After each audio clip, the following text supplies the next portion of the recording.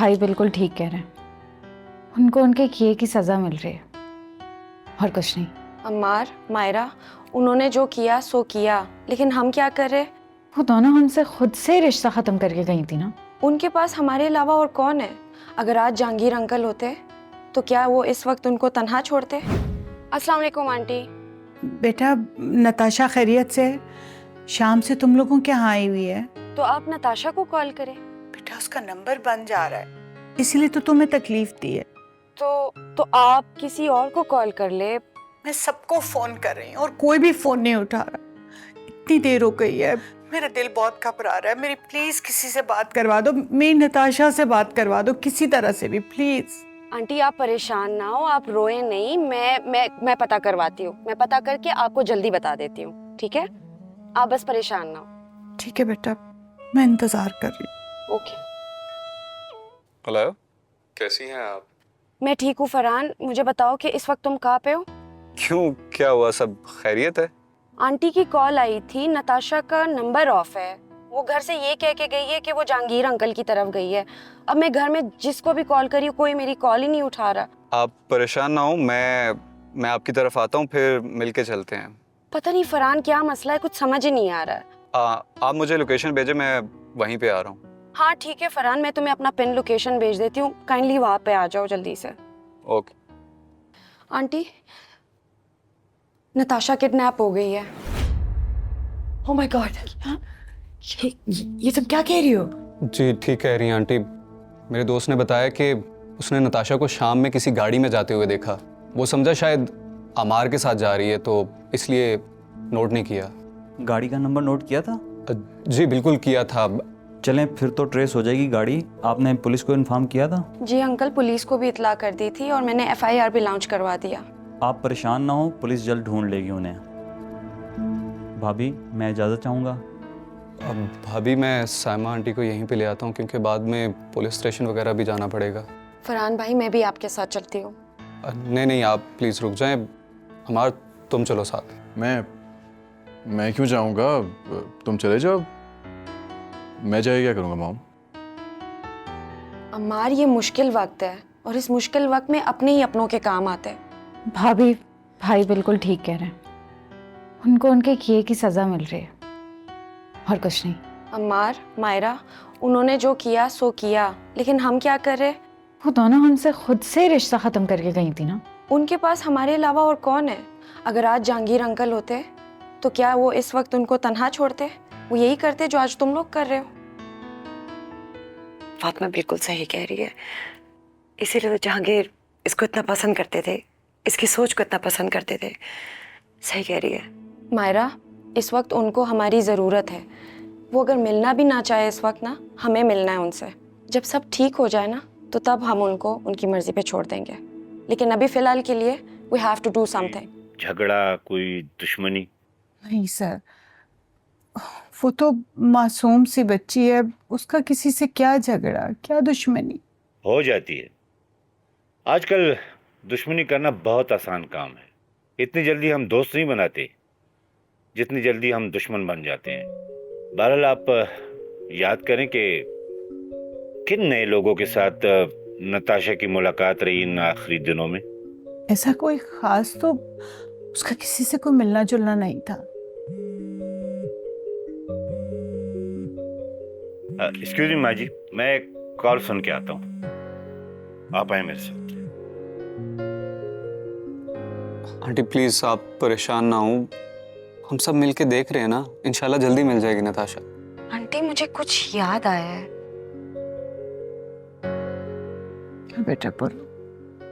Aunty, मैं बिल्कुल नहीं चाहती हूँ कि आपकी या किसी की भी बेइज्जती हो, लेकिन हमें पुलिस से सच बोलना चाहिए ना कि आखिरी दिनों में नताशा किससे मिली, किधर किधर गई। और मुझे तो यही याद आ रहा है कि नताशा तो आमिल बाबा के पास जाती थी ना अम्मार के लिए। देखिए आंटी, मैं नहीं चाहती हूँ कि आप इस तरह एम्बैरेस्ड फील करें या कुछ भी, लेकिन मेरा बस यही पॉइंट है कि हमें पुलिस को सब कुछ सच सच बोल देना चाहिए ना, ताकि उनको मदद हो, उनको हेल्प होगी नताशा को ढूंढने में, रिकवर करने में। सो प्लीज आंटी, आपको कुछ भी अगर याद है, कुछ भी पता है तो आप शेयर कर दें। इंस्पेक्टर साहब, मुझे कुछ याद आया है। जी जी बताइए। कुछ दिनों से नताशा एक पुराने किले में जाती थी, वहाँ वो किससे मिलने जाती थी? किसी आमिल बाबा से मिलने। पर किस लिए? पता नहीं, शायद बिलाल का इस्तिखारा कराने के लिए जाती थी। ये बिलाल कौन है? नताशा का मंगेतर। सही हो गया, बिल्कुल ठीक हो गया। थैंक यू माँ जी, बहुत शुक्रिया आपका। वो नाम क्या है उस बाबे का? नाम तो पता नहीं, बस आमिल बाबा के नाम से मशहूर है। सर ये वही बाबा है सर जिसके केबल पे इश्तारात चलते हैं, वो जो काले जादू का भी माहिर है और 2 दिन में महबूब आपके कदमों में। बस चुप। अली, आप ऐसे करो कि टीम को तश्कील दो और फौरन जाके उसे उठा के लाओ। सर। फौरन जाओ। सर प्लीज़ जो भी करना है जल्दी करें। आपको पता है वो सुबह से निकली हुई है, पता नहीं किस हाल में होगी।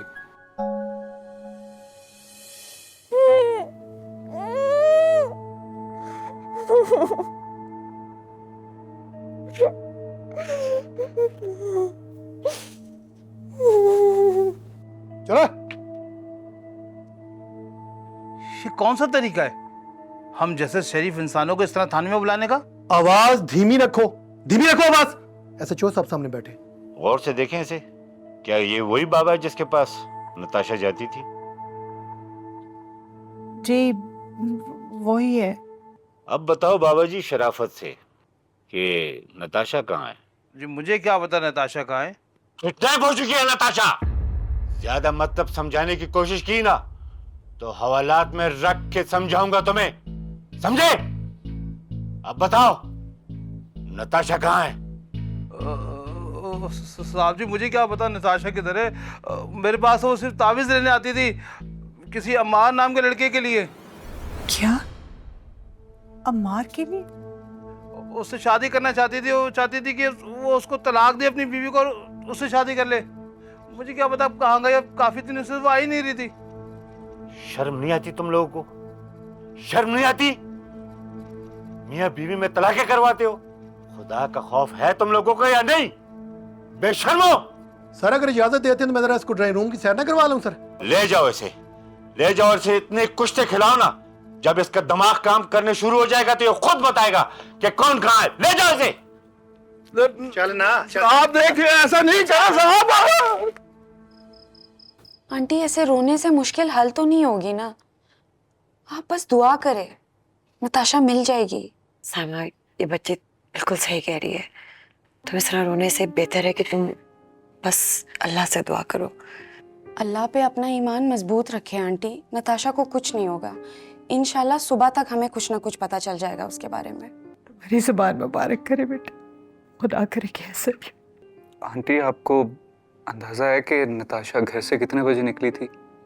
ये कोई 3 साढ़े 3 बजे। और सिमी आंटी यहाँ पे कब पहुंची थी? यहाँ 4 बजे के करीब आई होगी। और यहाँ से किस टाइम गई थी? पता है यहाँ बस आधा घंटा रुकी है।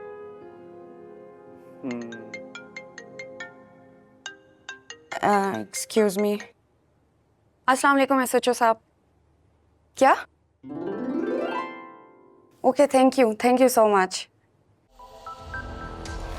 क्योंकि मैं ग्रीन हूं।